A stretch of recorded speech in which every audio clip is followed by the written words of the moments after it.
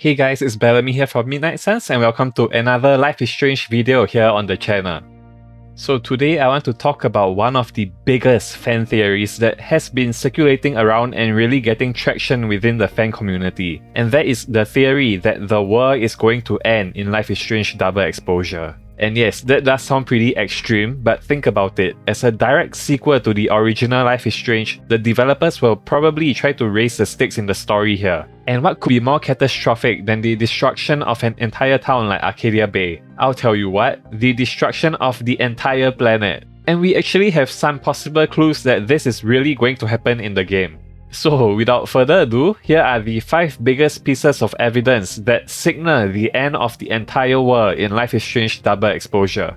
Starting with evidence number 1, a cataclysmic asteroid strike has already been foreshadowed multiple times. So at the start of the extended gameplay clip shown in the review livestream, we see Max, Safi and Moses up on the Caledon University rooftop to watch an asteroid shower. And Safi even asks if they should be worried about it hitting Earth.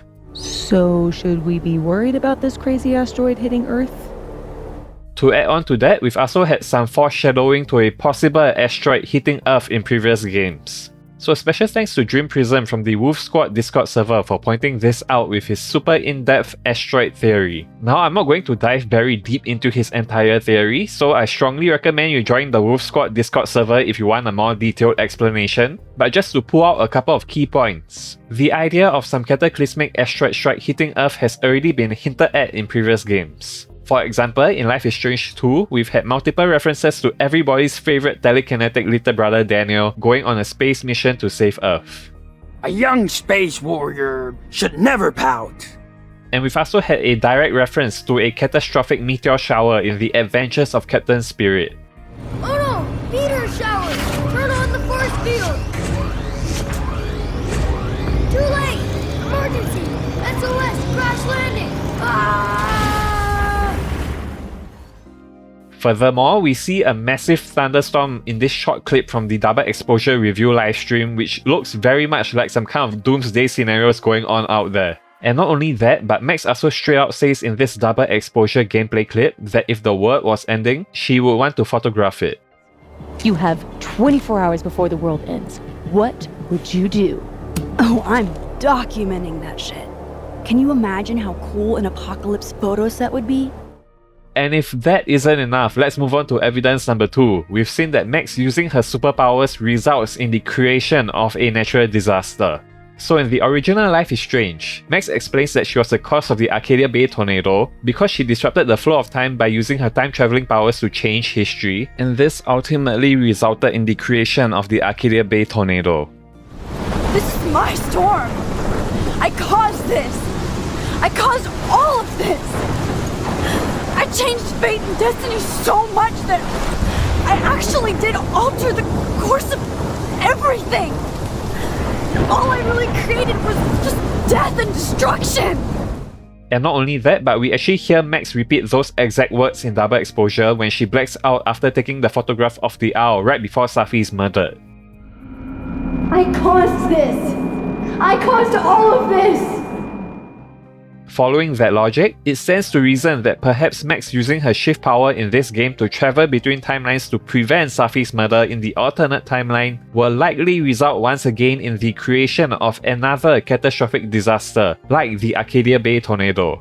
And if you need more proof that Max's powers are linked to natural disasters, then let's talk about that right now with evidence number 3, which is that Max has the supernatural ability to see future disasters. So we know that Max is a time traveler, but did you also know that she has a second superpower, and that is the ability to see the future?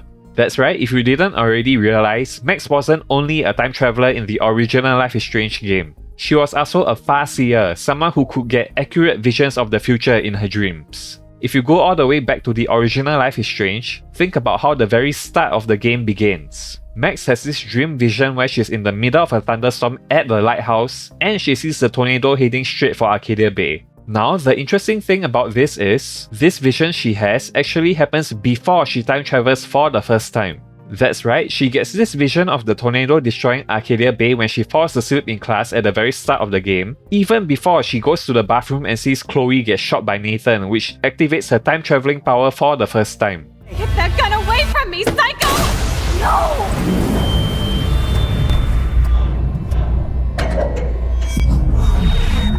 Whoa. What the fuck? And what this means is that Max has had this ability to see the future even before she found out she could time travel. And if you go back and replay the original game, you'll see that her ability to see the future manifests itself whenever she's unconscious. Here are some quick examples. She falls asleep in class at the very start of the game and sees the tornado for the first time. And then at the end of episode 1, when they are at the lighthouse, she blacks out again and sees the future tornado once again. Oh no! Not again! And then in episode 2, after she's done shooting bottles with Chloe in the junkyard, she faints and gets a vision of the same tornado yet again. I don't feel so super. Max!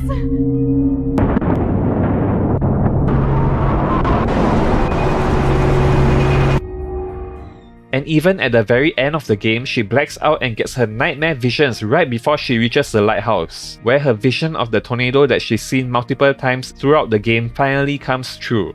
Chloe? I must have passed out.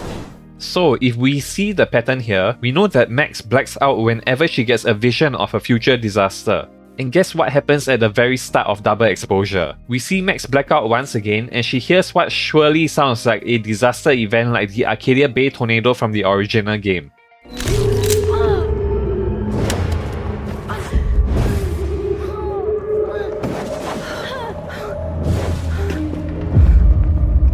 This is not a test. Max!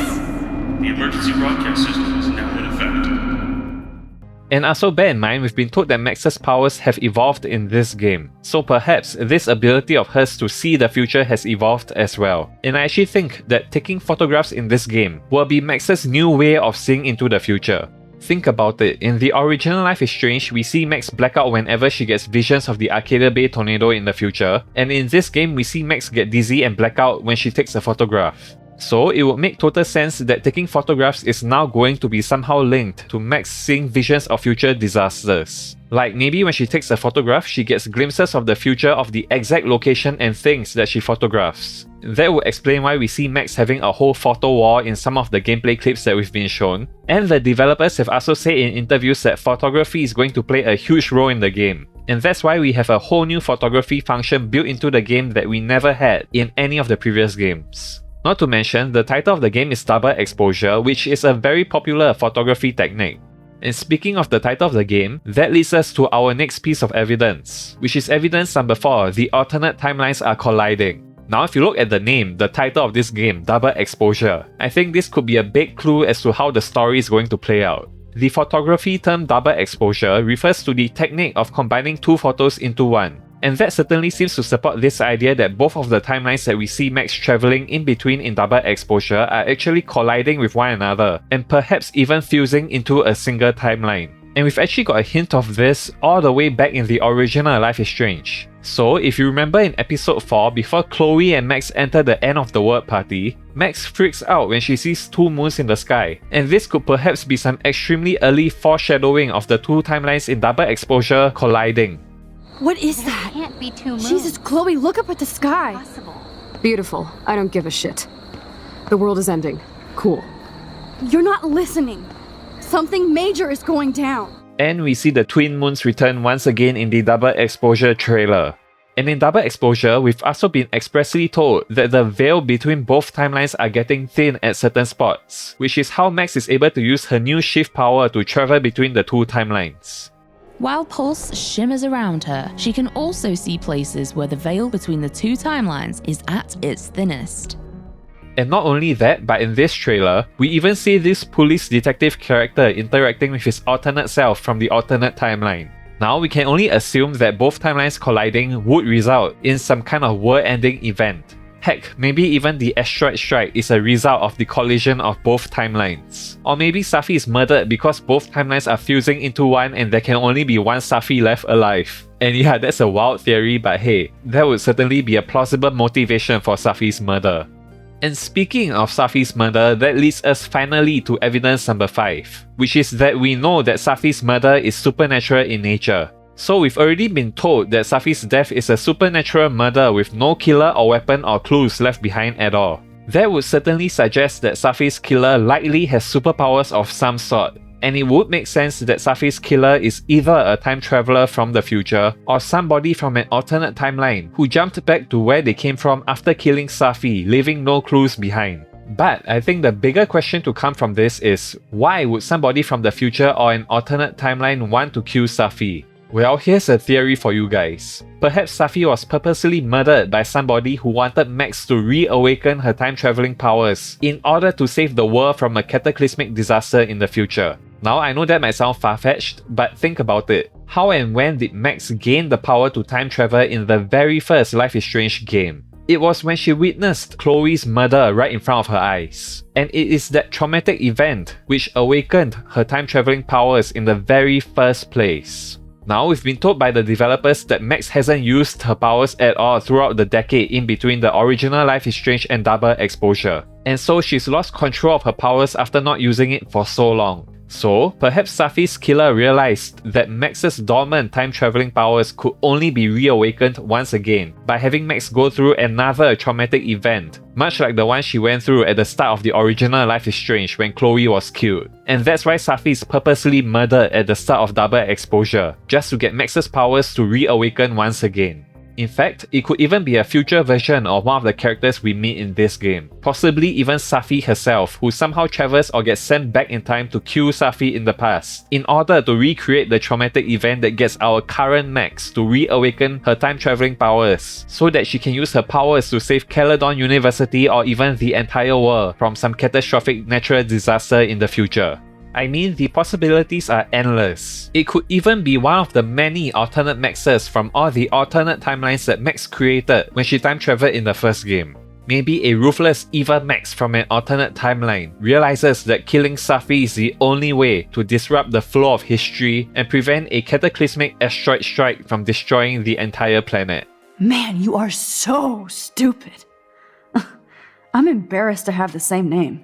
And yeah, this is all just wild speculation at this point, and of course most fan theories like this are not going to come true, but it's still a blast just thinking of all the crazy possibilities for how the game is gonna play out just based on what we've seen so far. And it will be fun to come back in a few months to see if any of these crazy theories actually come true. And even if none of them come true, I've still had a lot of fun making theory videos like this. And with that being said, we've come to the end of this video. If you have any thoughts about this big fan theory that the world is going to end in Double Exposure, please go down to the comments below and let me know. And if you're interested in more Life is Strange content, do subscribe and hit that notification bell to keep up to date with everything going on here on the Midnight Suns channel.